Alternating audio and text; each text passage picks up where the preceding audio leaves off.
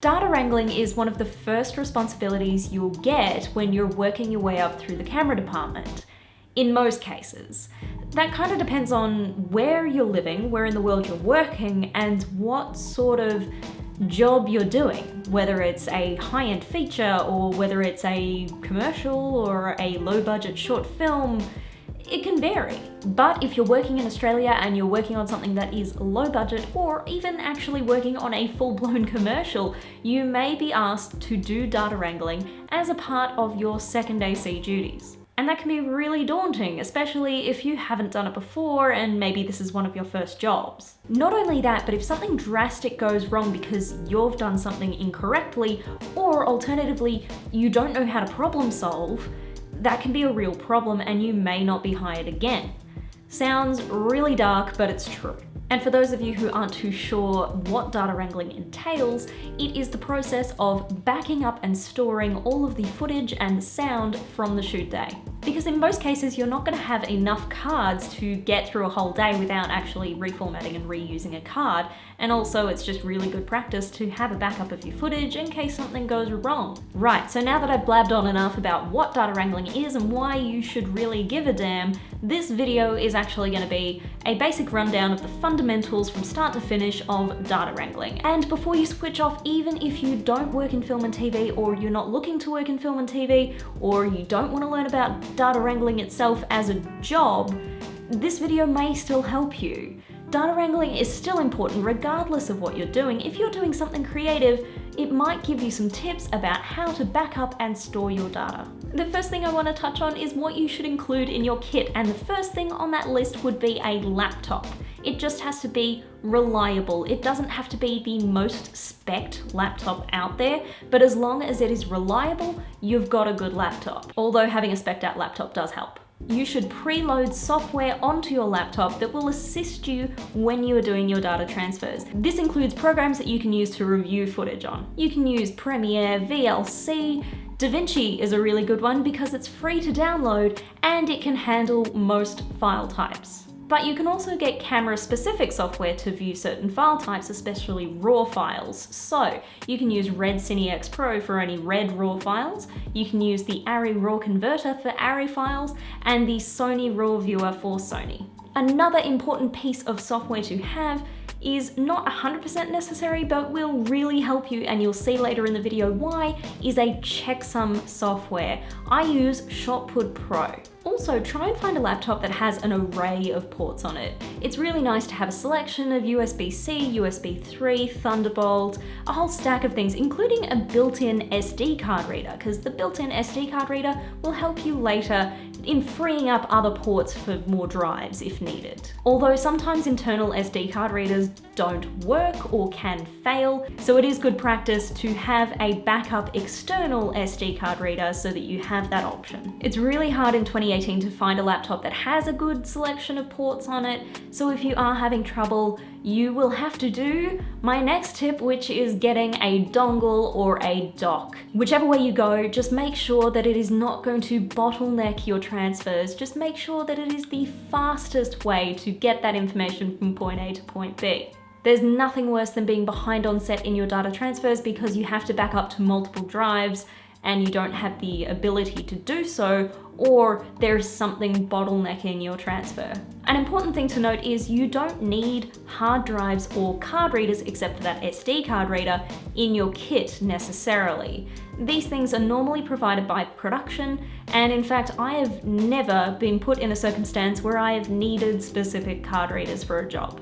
Pro tip, also check with production what sort of drives they're providing for you and make sure that they are providing at least 2 drives. It's very important to make multiple backups of the same thing. It may seem kind of pointless, but if something goes wrong to that first backup, then you've got the second backup. And with so many people working for the day, spending their time, spending their money, if that footage was to just disappear, that would be really bad. You see how important it is now? A very important thing to have in your kit is a surge protected power board and an extension lead that have both been tagged and tested. This will ensure that you are able to plug in safely, as well as stop any surges destroying any of your laptop or peripherals. A little thing that most people don't think about is a little bit of organization in the form of a container with a divider in the middle so you can separate your exposed cards from your already transferred, backed up cards. You can also keep track of this on a notepad as well. You'll also need camera tape and a marker in order to mark up the cards so you know which ones are exposed and which ones are ready to go. So you'll need red tape for the exposed cards and green tape for the transferred and checked cards. We'll get into how to label a card soon. Some nice to haves, but not completely necessary, are a camera trolley. If you want to set up on the camera trolley, then you can wheel that around easily, or alternatively, you can just use a fold-out table. That way, if there's nowhere safe on set that you can set up your data wrangling station, you have brought your own. Okay, so that's everything you need to bring. Now time to look at what to do on shoot day. The first and most important thing to do on shoot day is to visit production and get the drives off them. Later on in the day, they're going to be really busy, so you're going to want to get them right at the start so you've got those drives ready to go and you can set up your data station without them having to worry. Next, when you have a spare moment from your second AC duties, it's time to go and find a safe place to set up your data wrangling station. You need to find somewhere that's quiet, out of the way of production and client, as well as being easy for you to access later. Basically just somewhere where you don't need to babysit the setup. You should never set up your data wrangling station on the floor. This is dangerous, it can be a very bad tripping hazard, and things can get really damaged. But the number one most important thing about where you are deciding to set up your data wrangling station is that you check that it is okay to set up there with production and with the gaff team. Make sure that that particular area or that particular plug is able to be used by you. And now we can start setting up. First thing to do is to plug in your board and tape it to the table. Place the laptop in the middle, connect the docks and the hard drives, and then connect everything to power. The key here is to just be organized. Tape down or cable manage and place everything in a logical manner. Place the card reader on one side and place the dock on the other with the drives attached to that. Basically, you're giving yourself an inside and an outside. Finally, place your container next to your reader and you're good to go. And if you are worried about someone potentially touching your setup, you can leave a note asking them to ask you before they do anything. Now we can move on to the setting up of the drives. First thing you're going to want to do is open up the drives, and if you have permission to format them, format them. If you're on Mac and the editing will be done on Mac, format as Mac OS X Extended Journals. We're on Windows here, so I'm going to go exFAT or NTFS. That way the drive can be used on both PC and Mac, and I won't be restricted with transfer sizes. Be warned, when using FAT32 format, that will restrict the file size that you can put onto the drive. When formatting, make sure you name the drive according to the project. And if you aren't allowed to format the drive, make sure that there is a folder within that drive that is labeled as the project name and it's clearly identifiable. Speaking of initial file structure, make sure it's something that is logical and straightforward for the editor. The typical method, or rather the method that I have been taught, is the following. You'll have the project name and after that rushes, or project name backup 1, project name backup 2, project name backup 3, it depends on how many drives you have. In this case, we've only got 2, so we'll have project name rushes and project name backup 1. Within that folder, you'll have day 1, day 2, day 3, day 4, depending on if you actually are shooting over multiple days, but if you are just shooting one day, you can skip that step. And then inside that folder, you'll have the footage and the sound folders. And inside the footage folder, you'll have all of the cards in different folders. And then inside the sound folder, you'll have all of the sound, which will usually be given to you at the end of the day by the soundie. If you have multiple cameras, you'll also have A camera, B camera, C camera inside the footage folder. But if you just have one camera, there's no point in doing that. You'll notice I'm not making files for the individual cards, and you'll see why soon. I'm using Shotput Pro 6, and you can get this on PC and Mac. It is a paid program. I'm currently using the free version because this is a new laptop, but you can also access this free version for a trial, and I will put that below in the description. It's not the only checksum program out there. There are plenty of others out there, but this is the one that I was first taught on, and therefore I'm going to teach you on because it's the one that I know the best. So we can see both drives are recognized now. And now we can set up the pathways for the data, basically where we want the data to save to. So we need to set up a pathway for each drive. Let's call this default day 01. So we'll say project rushes, day 1 footage, and project backup 1, day 1 footage. Great. Now we need to set up the parameters for the folders that ShotPut Pro will create for us every time another card is transferred. This will be the card name. Now you see why I didn't do it before? ShotPut Pro will do that all for us. We're only working with one camera, so we're going to put A001 here. And 001 because it is the first day and it is the first card. If we were starting on day 2, we would need to up that to whatever card we left off on. But then if you did have another camera, so let's just say you had a B camera and it was day 1, you will need to set up another preset that is day 1 B camera, and then put the appropriate pathway in for that for B camera. I hope that all made sense. It can be quite confusing. So now we are set up and ready to go to receive data.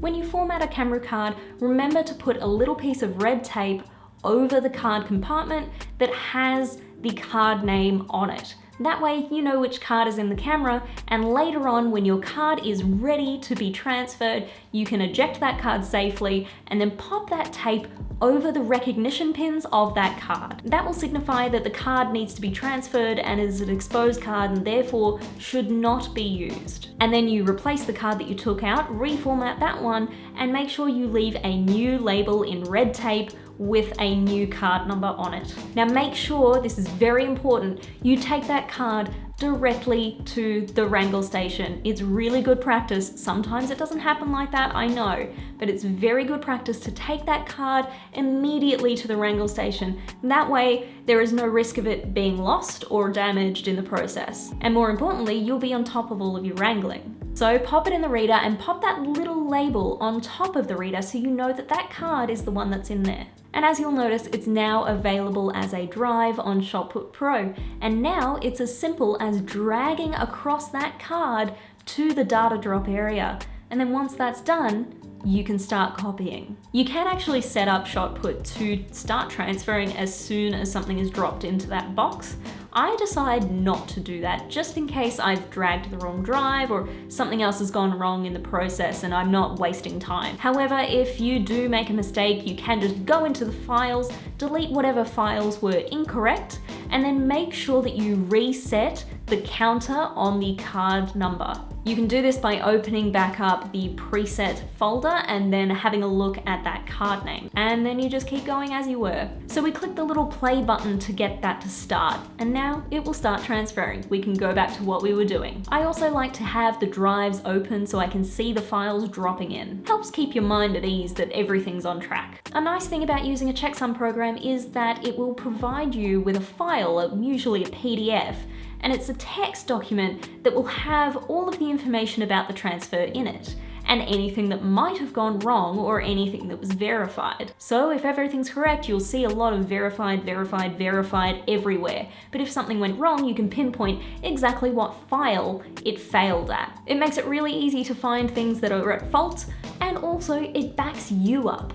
So if production comes to you a week later and says something's missing, you can say, everything seems to be there because the files have calculated it, and here is the report. And as you can see on this program here, that our bar is highlighted green, which means that everything went well. If it was orange or red, there might be a little bit of a concern about something that may have failed or been missed. So in that case, you will have to trawl through the report and find the file at fault and what the issue might be, and then restart the transfer.